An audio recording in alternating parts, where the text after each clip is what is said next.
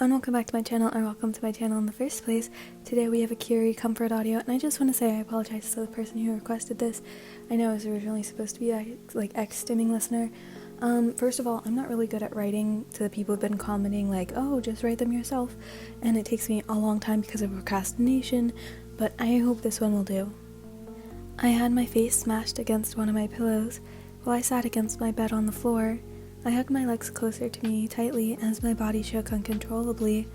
When I took a shaky breath in, tears fell from my eyes, causing me to press the pillow harder onto my face to hide. It wasn't uncommon to get in a fight with my family, and every time we would, it would be more about hurting each other than trying to solve the problem. It always got out of hand, and usually my feelings wouldn't be too hurt. Unfortunately, that wasn't the case this time. There was a knock on my dorm room door that made me jump, but I didn't look up for my pillow. I couldn't move, my legs too stiff to get up and open the door. I didn't even want to move from my spot. Listener, I thought you'd said you'd be in your room. I heard the door open, and Kirishima's soft voice entered my room as I heard him walk in hesitantly. Oh, there you are, what's up? I forced myself to look up from the pillow when he didn't speak or move. I stared at him through my blurry eyes. I rubbed them with the palm of my hands, trying to get rid of the tears that way I could see Kirishima. Sorry, I mumbled while I gripped the pillow tighter and stared down at it to avoid looking into his red eyes. Kirishima sat down beside me on my bed and stayed silent for a few moments. What happened? Fresh tears formed and I shook my head to get them to go away. When they wouldn't disappear, I smashed my face against the pillow again and cleared my throat. Nothing, It's obviously not nothing. He argued softly before he sighed quietly and leaned against my bed more. You don't have to tell me, but it would be really unmanly of me to force you.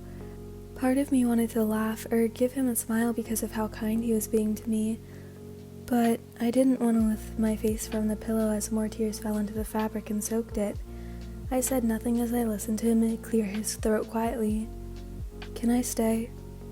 My eyebrows knitted together and I lifted my head to look up at him incredulously as he gave me a genuine smile that made me bite my lip nervously. Why would you want to? You're my friend, he pointed out with concern hiding behind his eyes. As he scooted closer to me, I pushed some of my hair out of my face and I felt my face burn. It doesn't matter what mood you're in, I'll hang out with you either way. I stared at him with embarrassment and surprise before I turned my attention to the pillow, as my finger traced patterns on top of the fabric. An inaudible sigh escaped my lips. I felt a shoulder bump into mine, causing me to look up at Kirishima, and my entire body to flash hot when I noticed how close he was to me. Being sad doesn't suit you, he said, and I huffed into my pillow while rolling my eyes slightly to focus on something else in my room so I would cool off. I'd rather not be sad either, I mumbled, and was oblivious to the words as they fell into Kirishima's ears. By the time I had realized what I said, it was already too late. I shrieked as two muscular hands began attacking the side of my stomach with tickles, and I fell back onto the floor from the force. I desperately fought to get Kirishima's hands away from me as he tickled me mercilessly while straddling me. Kiri, stop! I begged between fits of laughter that were making my stomach and chest hurt from the slight amount of air that was reaching my lungs. I managed to grab at his wrist, and we wrestled with each other as we laughed out loud. It wasn't long until he overpowered me and slung me over his shoulder, causing me to wrap my arms around his waist to keep myself from face-planting on the floor. I watched from below as he pumped his fist in the air triumphantly while cheering as loud as he could. Red Riot has once again won the battle against the fearsome super-villain Dr. Sadness, he announced like a reporter with enthusiasm before he repositioned his arms around me. But the fight isn't over. Red Riot is about to deal the finishing blow. I yelled again when he slammed me onto the mattress, which made me bounce in the air as I giggled madly. I watched as he tapped his elbows as if he were a wrestler before jumping on the bed beside me, causing both of us to bounce. I watched him as carefully as I slowly calmed my giggles, giving him a genuine smile before I hiccuped loudly, causing my eyes to widen and my hands to cover my mouth.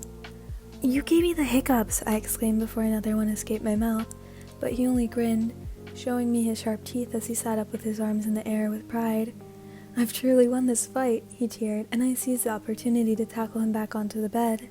We both laughed as I laid atop of him with his arms resting on my back, before I propped myself up by placing my hands beside his head. It was then that we both realized the position we were in, and both of our faces fell as I turned red. I stared down at his wide red eyes and studied the way his mouth was slightly agape with surprise. My heart was pounding against my chest as I watched his eyes flicker all around my face before they lingered on my lips. I felt his hands fidget with my shirt around my waist as we both laid there frozen, unsure of what our next move should be. Every feeling in my body went numb as my heart raced, and I was about to lean down to kiss him when another hiccup escaped my lips, causing me to groan. I went to turn away from him when I felt his hands grip my hips, and I looked back at him with uncertainty. I didn't have the time to react as he rolled me underneath him and pressed his lips gently on mine. I gripped his shirt tightly as I deepened the kiss, my eyes closing. My breath was taken away as his soft lips moved with mine before he pulled away from me. Kirishima was hovering over me with red cheeks as we both stared at each other, unable to say anything as smiles crept onto our faces. I opened my mouth to say something when a hiccup escaped, causing me to give a dramatic groan before I slammed my pillow over my face, listening to Kirishima's laugh that made me smile. I'm glad you're feeling better.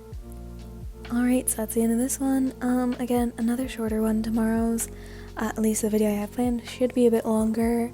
If you can't tell, my voice kind of decided to give out today for whatever reason.